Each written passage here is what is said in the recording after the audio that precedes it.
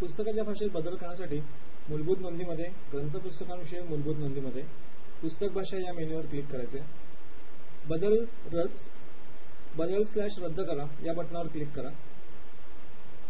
या ड्रॉपडाऊनमध्ये आपल्याला आपण भरलेल्या भाषांची नोंद इथे दिसणार आहे. पर्टिक्युलर भाषा तुम्ही सिलेक्ट करून तिकडे निवडू शकता. पर्टिक्युलर भाषा तुम्ही सिलेक्ट करून तुम्ही निवडू शकता किंवा तुम्ही इथे सर्व नोंदीवरती क्लिक करून सर्व भाषांच्या नोंदी तुम्हाला इथे ग्रीडमध्ये किंवा इथे सर्व नोंदीवर क्लिक करून सर्व भाषांच्या नोंदी इथे ग्रीडवरती आपल्याला दिसू शकते. समजा मला एखादं स्पेलिंग मिस्टेक सुधारण्यासाठी ही गुजराती ही जी भाषा आहे त्याच्यात आपण बदल करायचा आहे. तर मी त्यासाठी बदल करायचं मी क्लिक करून बदल करू शकतो. रद्द खूण, जर मला ही भाषा कॅन्सल फ्लॅग मार्क मला टाकायचे किंवा रद्द खूण ठेवायचे आहे तर मी इकडे रद्द खूण करू शकतो. जर मला ह्या भाषेला रद्द खूण ठरवायचं आहे तर मी ते रद्द खूणमध्ये क्लिक करू शकतो.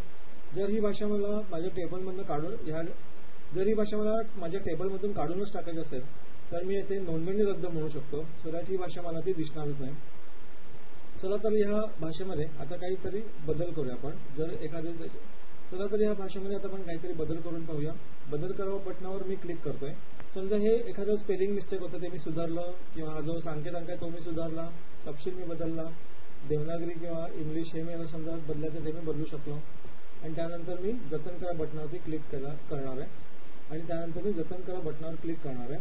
जतन करा बटनावर क्लिक केल्यावरती नोंदणी डेटाबेसमध्ये सेव्ह होईल.